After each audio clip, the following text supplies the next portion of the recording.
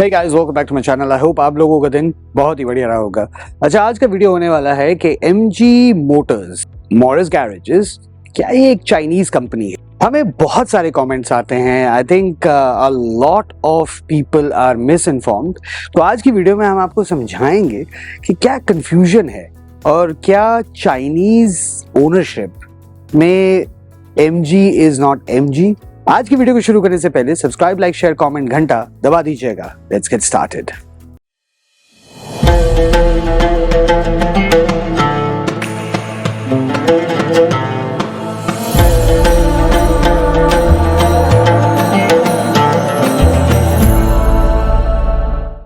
जैसे मैंने आपको स्टार्ट ऑफ द वीडियो में बताया था कि बहुत सारी कमेंट्स आती हैं, बहुत सारी डिबेट्स होती है, आर्ग्यूमेंट्स हो जाती है। कभी कभी टीम जब कमेंट्स को पढ़ रही होती है तो उसमें बहुत एग्रेसिव ट्रोलिंग हो जाती है। बहुत सारे लोग ये कहते हैं कि MG is a Chinese brand. ये जो चाइनीज का टैग MG के ऊपर लगा हुआ है, MG मोटर्स पे, in order to understand the present we need to go to the past. तो पहले एक चीज मैं आपको समझाना चाहता हूँ कि मैं MG क्यों करता हूँ या मैं MG का इतना बड़ा फैन बॉय क्यों हूँ। क्या वाकई MG is a Chinese brand? MG incept हुई थी 1924 में। ये एक ब्रिटिश कंपनी है। मॉरिस गैरेजेस एक ब्रिटिश कंपनी है। जैसे ही BMW, मर्सिडीज, आपकी आउडी, मॉरिस गैरेजेस और भी बहुत कंपनीज थी, फोर्ड हो गई, आपकी GM मोटर्स हो गई, जो कि अमेरिकन ब्रांड्स हैं। ये सब कंपनीज का एक बहुत पुराना हिस्ट्री है, ठीक है। बट हम बात करते हैं मॉरिस गैरेजेस की। मॉरिस गैरेजेस इंसेप्ट हुआ था और क्रिएट हुआ था इंग्लैंड में, इन द UK। इसलिए आप बहुत सारी आज भी उनकी गाड़ियों में बैजिंग देख लेंगे ब्रिटिश की।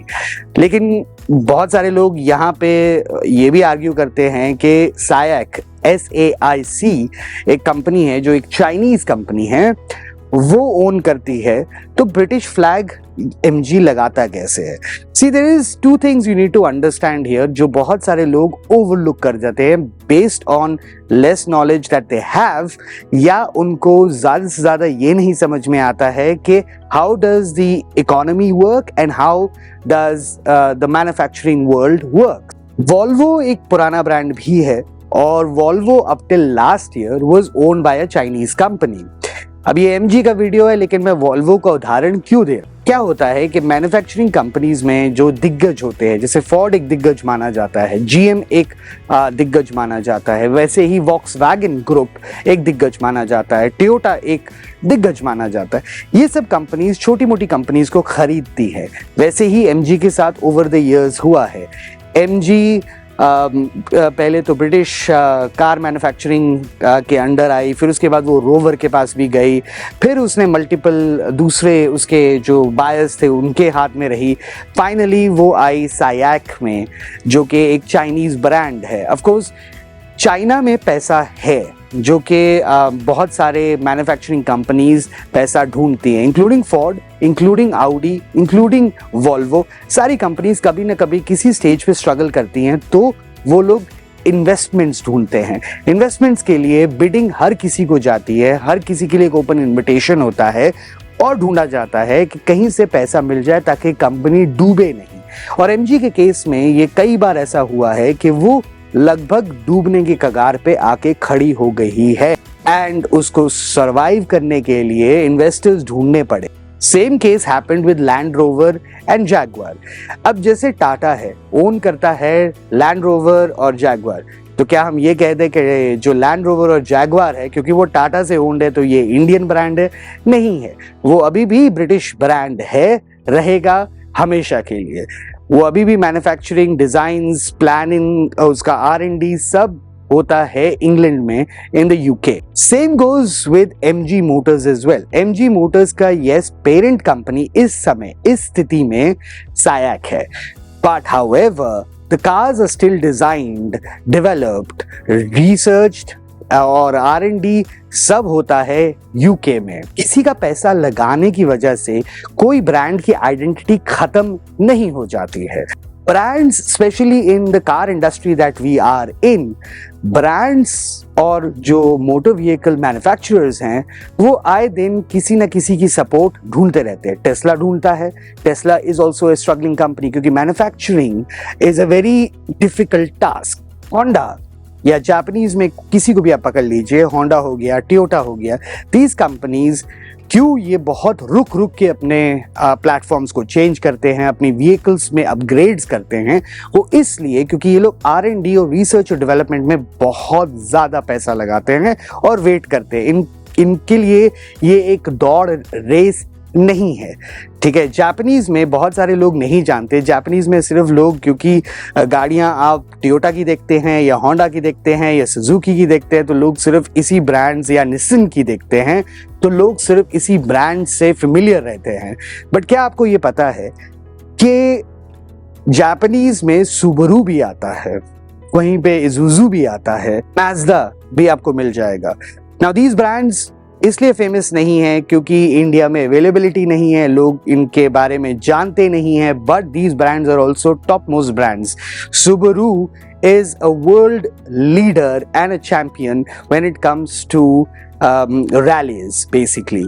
वहीं पे टोयोटा भी रैलीज में जाता है, लेकिन सुबरू आज भी माना जाता है उसके ब्रीडिंग के लिए, उसके रेस, उसके ड्रिफ्ट, उसके पावर के लिए, और इसलिए रैली में लगातार सुबरू जीतता आता है। मित्सुबिशी भी एक ऐसा ब्रांड है जिसके बारे में इंडिया बहुत अनफेमिलियर है। वो आई थी, चले गई थी क्योंकि people don't understand the brand और they are not able to connect with the brand. MG as a company जब उन्होंने इंडिया में लॉन्च किया था तो उनका एक टारगेट ये था कि in the end of the day, of course तब भी सबको पता था कि वो चाइना ओन्ड कंपनी है। However people were also not aware that MG was a race car.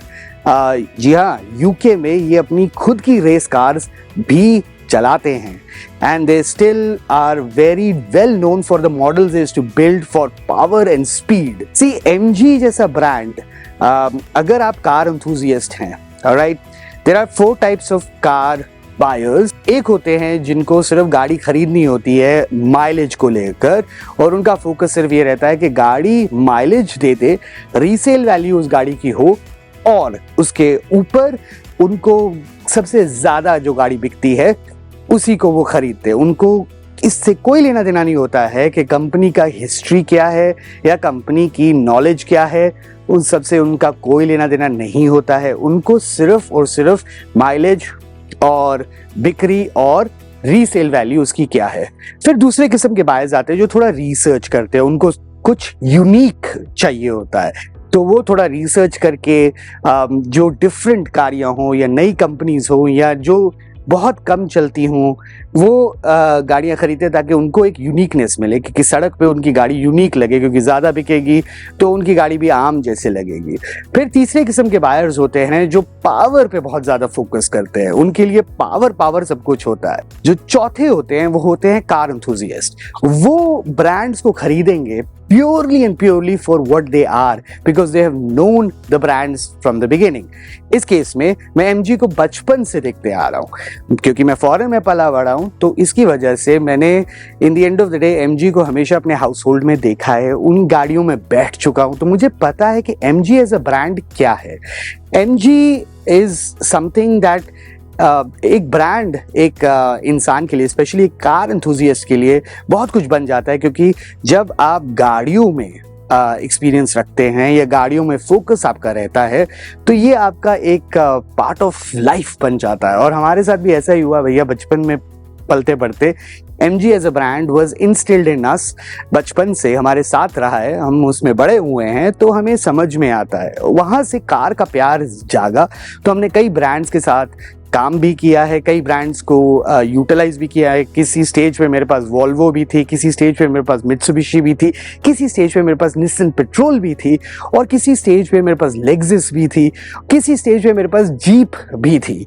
So because I have spent a lot of time owning cars, playing with cars and being a part of that car culture, मेरे लिए brand ये value रखता है कि मैं इस brand को समझ पाऊँ। फोर्ड भी मैं चला चुका हूँ। फोर्ड जैसे फॉरेन के मॉडल्स में फोर्ड V8 सुपर कार्स होती हैं, एंड दैट इज जस्ट मतलब वो अपने में एक बहुत बड़ा कल्चर है। जीएम मोटर्स की होल्डन आती है ऑस्ट्रेलिया में, तो उसको होल्डन कहा जाता है, and that culture itself is something amazing. मैं सीमेंस के साथ मैंने काम किया था, जो कि एक सॉलिड एज करके एक प्लेटफॉर्म बनाते हैं, जो कि एक इंजीनियरिंग प्लेटफॉर्म है जिसमें सब डिज़ाइन होता है, आपके हैंडल से लेकर सब कुछ डिज़ाइन होता है। तो एक रेस कार टीम थी पेनराइट की, जिसके साथ मैंने काम किया था, और उसमें मुझे समझ में आया कि 24 आवर्स में जब गाड़ियाँ डैमेज हो जाती है रेस में, V8 सुपर कार्स, उसके पैनल्स को 24 आवर्स में डिज़ाइन करके वापस उस गाड़ी को रोड पे लाना कितना मतलब एक्सिलरेटिंग होता है।